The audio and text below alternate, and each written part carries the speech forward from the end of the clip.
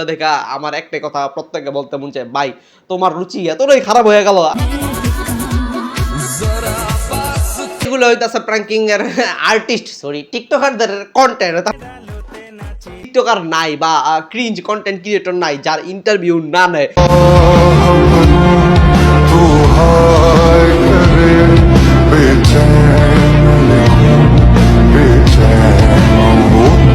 বাংলাদেশের কোন স্কুলে এরকম পোলা পাইন না ছেলে মেয়ে একসাথে নাচানাচি করে এগুলো আমার জানা নেই। এমন স্কুল যে স্কুলে সব টিকটকার একসাথে নাচানাচি করে। तो उससे मेरा क्या फायदा।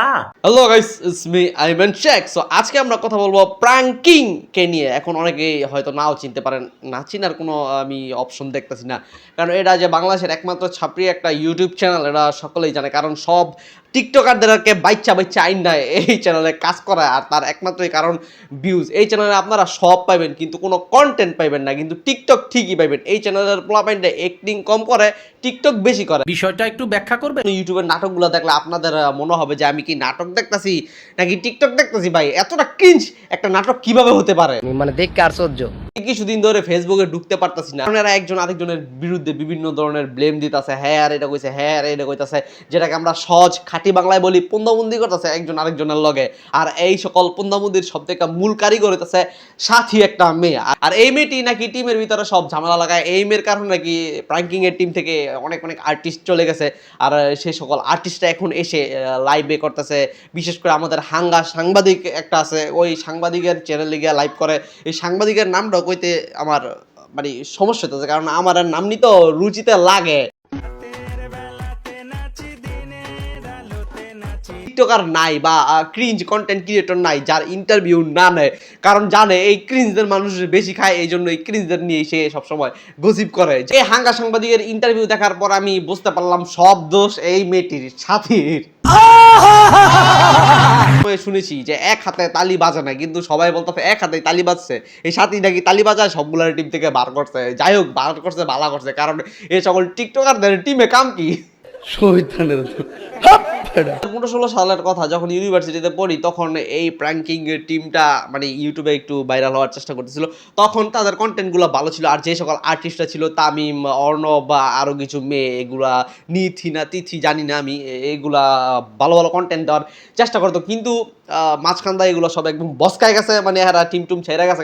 তারপরে আর্থিক সজীব বাইয়া সে সকল টিকটকারদেরকে ধরে এনে এনে তার টিমে জয়েন করাইছে, আর সব ক্রিঞ্জ বানালাইছে। ভাই কন্ট্রোভার্সি দেখার পর কালকে রাত্রে ধুইকে একটু সার্চ করছিলাম, কিছু কিছু জিনিস দেখলাম। দেখার পর মনে হইতেছে ভাই পড়ালেখার স্কুল নাকি টিকটক শিক্ষণীয় স্কুল বুঝতেছিলাম না।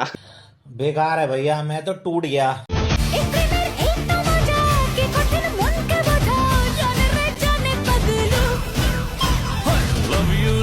টাকার জিনিস কি জানেন, আমাদের দেশের একজন কোয়ালিটি সম্পন্ন ইউটিউবার প্রত্যয় হিরণ, যার ভিডিও আগে দেখতাম যখন সে তার নিজের দ্য আজাইরা লিমিটেড চ্যানেলে ভিডিও করতো, ভিডিওগুলো যথেষ্ট পরিমাণ ভালো ছিল। কিন্তু যখন সে আজাইরা লিমিটেড চ্যানেলে ভিডিও করা বাদ দিয়ে দিল, তখন থেকে তার কন্টেন্ট ক্রিঞ্জ ইনটু 100 হয়ে গেছে ভাই। এখন এই প্র্যাঙ্কিং টিম এসে হয়তো জয়েন দিছে, তার কিছু ফুটেজ বা ভিডিও প্র্যাঙ্কিং টিম মেম্বাররা শেয়ার করতেছে। এখন এইগুলো দেখা আমার একটাই কথা প্রত্যেককে বলতে মন চায়, ভাই তোমার রুচি এতটাই খারাপ হয়ে গেল। আর মানে এইগুলি না করে তোরা নিজের সিঙ্গেল কন্টেন্ট তোদের ইউটিউব চ্যানেলে আপলোড দেয়, মানুষের বহুত ভালোবাসা পাবি। বেটা টাকার পিছিয়ে ঘুরলে হবে, হয়তো টাকা ওকা এই চ্যানেল থেকে বেশি পাইতে পারস, পেমেন্ট বেশি পাইতে পারস, কিন্তু মানুষের ভালোবাসা ভাই পাবি না। কয়দিন পর পোলা পাইন তোরা ওই যে ইন্ডিয়ার আমির সিদ্দিক আছে না, ওটার মতো দেখলে গো প্রত্যয় Hiran the cringe into 100 content creator.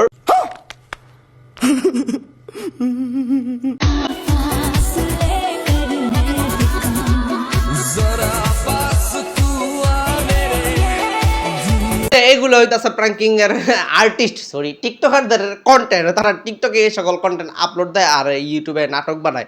এগুলো নাকি আবার মিলিয়ন মিলিয়ন ভিউ হয়। আসলে মানুষের রুচিবোধ নিয়ে আমি আসলে কষ্টে আছি। দিন দিন বাংলাদেশের মানুষের রুচি যে এত খারাপ হইতাছে, এদের ভিডিওর ভিউজ না থাকলে কোনোদিনই বুঝতে পারতাম না। তোরে কইছে তুই বেশি জানোস। যারা মানুষ আছেন আপনারা সবাই দেশ ছাড়েন, ছাড়বো তাহলে টাকা পয়সা কেটাই দিব। আমরা তো আপনাদের মতো এই নাচানাচি কুদাকুদি করে লক্ষ লক্ষ টাকা ইনকাম করি না, মাথার কাম পায়ে ফেলা ইনকাম করি, কাজকর্ম করি।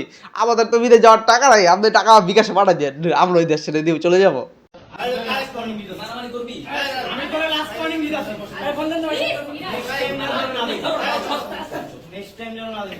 শুধু একজন আরেকজনের দোষ দেয় এমন না, এরা শুটিং এর সময় একজন আরেকজনের মারামারিও লাগা জায়গা।